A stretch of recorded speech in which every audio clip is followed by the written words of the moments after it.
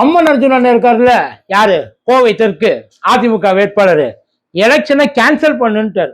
இதுக்கு மேல நீ எலெக்ஷன் நடத்தினா இந்த எலெக்ஷனை நீ நடத்தாம பேசாம அவர் கையிலே தூக்கி கொடுத்துட்டு போயிடலாம். என்னையா பண்ணிட்டு இருக்கீங்க எல்லாரும்? அவன் மாட்டுக்கு இஷ்டத்துக்கு வீட்டுக்கு வீடு போயிட்டு பணத்தை அள்ளி கொடுத்துட்டு இருக்காப்புல. நீங்க வேடிக்கை பார்த்துட்டு இருக்கீங்க. பறக்கும் படம் என்ன கோவை தெற்குல பேன் பண்ணியிருக்காங்களா? உள்ள வரக்கூடாதுன்னு இருக்காங்களா? அந்த அளவுக்கு உங்களை மிரட்டி வச்சிருக்காங்களா? சரி, நீ தான் பிடிக்க மாட்டேன்ற, நான் போய் பிடிச்சிட்டு வந்து அவனை போய் கொடுக்குறேன். இந்த மாதிரி பணம் கொடுக்குறாங்க, இந்த ஏரியால பண்றாங்க, இவ்வளவு கொடுக்குறாங்க, இன்னாரு தான் கொடுக்குறாங்க, எல்லா டீட்டெயிலையும் எடுத்து சொல்லிட்டேன். எவனும் காதுல கேட்க மாட்டேன்ட்டான். இந்த எலெக்ஷன்ல விட்டா அம்மன் அர்ஜுனன் நான் நிக்கல, இதுக்கு மேல நின்னா நியாயமா என்னால ஜெயிக்க முடியாது அப்படின்னு சொல்லி விலகுனாலும் ஆச்சரியப்படுறதுக்கு இல்ல. நைட்டோட நைட்டா சொல்ல முடியாதுப்பா. ஏன்னா அவரு அவ்வளவு மன விரக்தியில பேசுறாரு. இப்ப அவர் பேசுறத இல்லைன்னு எங்கேயும் மறுக்கலாம் முடியாது. ஆனா அங்க பணம் கொடுக்குறாங்களா இல்லையான்னு தெரியாது. பணம் அங்கங்க எல்லா இடத்துலயும் கட்டுக்கட்டா சிக்கி இருக்கிறது எல்லாருக்கும் நல்லா தெரியும். ஒண்ணு இல்ல, நம்ம அதிமுக வேட்பாளர் ஒருத்தர் இங்க ஒருத்தர் கதறிட்டு இருக்காருல்ல, அதிமுக வேட்பாளர் ஒருத்தர் தலைமையில இருந்து பணம் வந்திருக்கு, பார்த்து பட்டு வட பண்ணுங்க, போலீஸ் கண்ணுல மாட்டிடாதீங்க, பொறுப்போட செயல்படுங்க, முன்னெச்சரிக்கையா இருக்க சொன்ன வீடியோ வெளியில வந்துச்சு இல்ல. இந்த அண்ணா நகரோட ஒரு வேட்பாளர் சிற்றரசன், அவர்கிட்ட ஏதோ மாட்டி இருக்கதா கேள்வி. மயிலாப்பூர் வேட்பாளர் நம்ம வேலன்னு, அவரோட விசுவாசி ஒருத்தர் கட்டுக்கட்டா வந்து பணத்தை வச்சிருக்கதாகவும் கேள்வி. இதெல்லாம் ஒரு பக்கம். தமிழ்நாட்டுல பிடிக்கலன்னு சொல்லி இவங்க அலைஞ்சுக்கிட்டு இருக்காங்க இல்ல, பிடிச்ச பணம் எவ்வளவு தெரியுமா? ஓவராலா பணம் மட்டுமே, ரூபாயா மட்டுமே கிட்டத்தட்ட 570 கோடி ரூபாய் பிடிச்சிருக்காங்க. இந்த எலெக்ஷன் அறிவிச்சு இந்த ஒரு மாசத்துக்கிட்ட 570 கோடி ரூபாய் பிடிச்சிருக்காங்க. இது வெறும் கேஷா. இது இல்லாம பொருளா இருக்கு. எப்படி இந்த நகை நட்டு வெள்ளி இதெல்லாம் இருக்குல்ல, அந்த மாதிரி கிஃப்ட் பொருளா கிட்டத்தட்ட 1262 கோடி ரூபாய்க்கு பிடிச்சிருக்காங்க. டோட்டலா கணக்கு பண்ணி பார்த்தீங்கன்னா தமிழ்நாட்டில் இந்த எலெக்ஷனுக்கு அனௌன்ஸ் பண்ணதுக்கு அப்புறம் இந்த பறக்கும் படை, முக்கியமா இந்த கஜானால கொண்டு போய் சேர்த்தாங்கன்னா இல்ல, அந்த கஜானால நம்மள்டேந்து புடுங்கி கஜானால கொண்டு போய் சேர்த்தது கிட்டத்தட்ட 1800 கோடி ஓவரால் வேல்யூ. இந்த 1800 கோடியில உண்மையிலேயே எவ்வளவு அரசியல்வாதிகிட்ட இருந்து பிடிச்சது, வாக்காளருக்கு ஓட்டு போடுறதுக்காக பிடிச்சது எவ்வளவு காசு எடுத்து சொல்லுங்க பார்ப்போம். அத்தனை காசும் இவங்களுக்கு மற்ற தொகுதி, அதாவது இந்த இவங்க எந்த தொகுதியில யார்கிட்ட பிடிச்சாங்க, அதாவது தொகுதியில போயெல்லாம் இல்ல, வீதியில நின்ட்டாங்க. வரவன் போறவன் எல்லாம் பாக்கெட்டை செக் பண்ணி எவ்வளவு காசு இருக்கு, 50,000 ரூபாய்க்கு மேல வச்சிருக்கியா, அள்ளிட்டு போ, அவ்வளவுதான். அவன்கிட்ட எந்த உண்மையிலே எவன் சார் வியாபாரம், கிராமத்துல எவன் சார் ரிசிப்ட் கொடுத்து கையில காசு எடுத்துட்டு போறான்? அவன் பேங்கை நம்பாம வீட்டுக்குள்ள வச்சுட்டு உட்கார்ந்து இருக்கிறாங்க. அவங்கள்ட்ட போயிட்டு நீ ரிசிப்ட் கொடுத்தாதான் காசு தரும். இப்போ 1800 கோடி ரூபாய் உள்ள போயிடுச்சு. ஆனா மற்ற இடத்துல எல்லாம் பணப்பட்டுவாடா நடக்கலையா? இப்ப ஓப்பனா வந்து சொல்றாங்க, ஐயா இங்க எல்லாம் நடந்திருக்கு, இவ்வளவு நடந்திருக்கு, இவ்வளவு தூரம் எடுத்து சொல்றாங்க இல்ல, எலெக்ஷனை ரத்து பண்ணு அப்படின்னு அவங்க சொல்றாங்க. அவ பறக்கும் படை இவ்வளவு பேரை இறக்கிருக்கீல, பறக்கும் படையில அவ பறக்கும் படையெல்லாம் என்னத்தை தான் பாயாசத்தை கிண்டிக்கிட்டு இருக்கு. எங்க போய் பாயாசத்தை கிண்டிக்கிட்டு இருக்கு? கொடுக்கலையா? பேசாம விட்டு ஒன்னாலும் பிடிக்க முடியல. அதாவது எவன் எங்க கொடுக்குறான்னு இன்ஃபர்மேஷனே கொடுத்தாலும், ஐயா இது நேரடியான குற்றச்சாட்டு அம்மன் அர்ஜுன் வச்சது, நான் போய் சொல்றேன், எலெக்ஷன் அதிகாரிகள்கிட்ட சொல்றேன். ஆனா எவனும் என் பேச்சை கேட்க மாட்டேங்கிறான், என்னைய மதிக்க மாட்டேன்றான். எனக்கு புரியல. பக்கத்துல அண்ணாமலை அண்ணன் இருக்காரு, உங்க பேச்சுக்கு தான் மதிப்பு இல்ல, அண்ணாமலை அண்ணன் பேச்சுக்குமா மதிப்பு இல்ல? அவர் ஒரு ஷேடோ பிரைம் மினிஸ்டர் இல்லையா? பதவியில இல்லாத ஒரு ஆளுமை இல்லையா அவரு? அவர் சொன்ன ஐயா மோடியே கேட்பாரு, கேவலம் பறக்கும் படை கேட்காதா?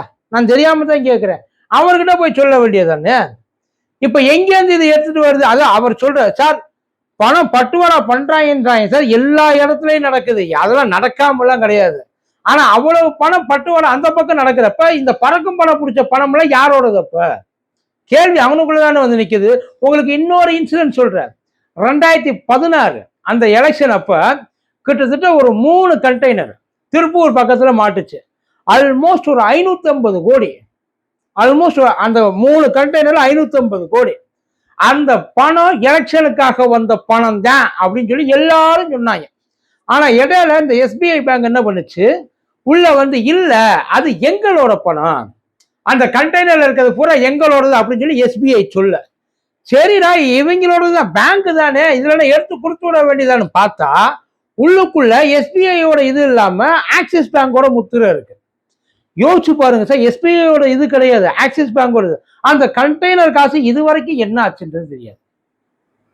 உண்மையிலே அது வந்து எஸ்பிஐயோடதா இல்ல ஆக்சிஸ் பேங்குக்கு சொந்தமானதா? ஆக்சிஸ் பேங்குக்கு சொந்தமானதா இருந்தா அந்த பணம் இது வரைக்கும் ஏன் கிளைம் ஆகல? அந்த பணத்தை இது வரைக்கும் யாரு கிளைம் பண்ணாங்களா?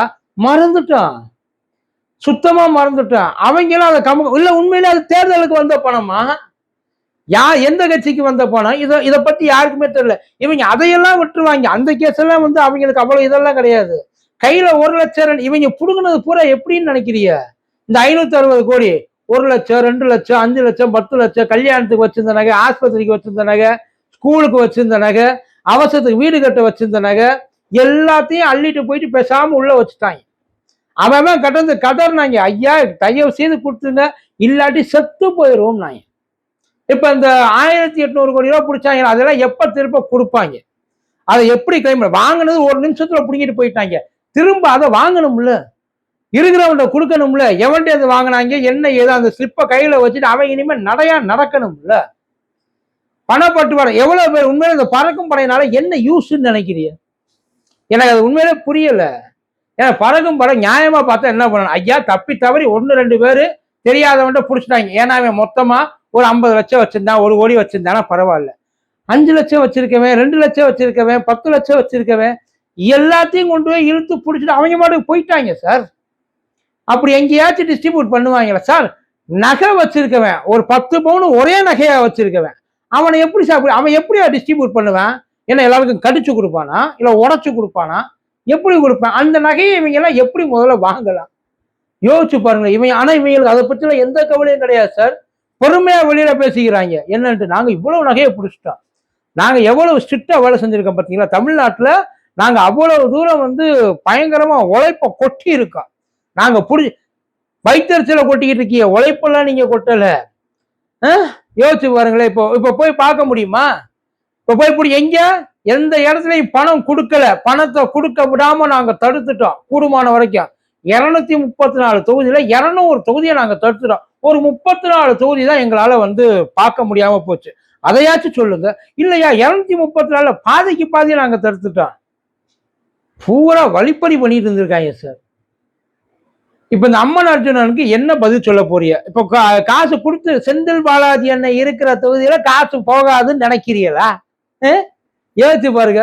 நான் வேற எங்கேயும் சொல்ல, அண்ணனை பத்தி நல்ல அண்ணன் ஒரு பயங்கரமான அட்மினிஸ்ட்ரேட்டர், நல்லா தெரியும். அது அவரோட திறமை. கண்டுபிடிக்க வேண்டியது உங்களோட கடமை. அதை கண்டுபிடிக்காம போற வர வேண்டியெல்லாம் பிடிக்கி திங்கிறீங்களே. நீங்க பறக்கும் படைன்னு வைக்காது, எதுக்கு மேல பறிக்கும் படைன்னு வச்சுங்க. அதுதான் உங்களுக்கு நல்லது, எங்களுக்கு நல்லது. இனிமே எலெக்ஷன் வந்துச்சு அப்படின்னா நாங்கெல்லாம் வந்து அன்னக்காவடியா மாறிடுறோம். ஒரு மாசம் வரதான் தொழிலை ஒத்தி வைக்கிறோம், எல்லாத்தையும் நிறுத்தி தமிழ்நாடு பூரா பந்து பண்ணிடலாம். அதான் நல்லது. உங்ககிட்ட பணத்தை கொடுத்துட்டு மறுபடியும் வாங்கறதுக்கு படுற பாடு இருக்குல்ல, கொஞ்சம் நஞ்சம் இல்லை, நெசமா.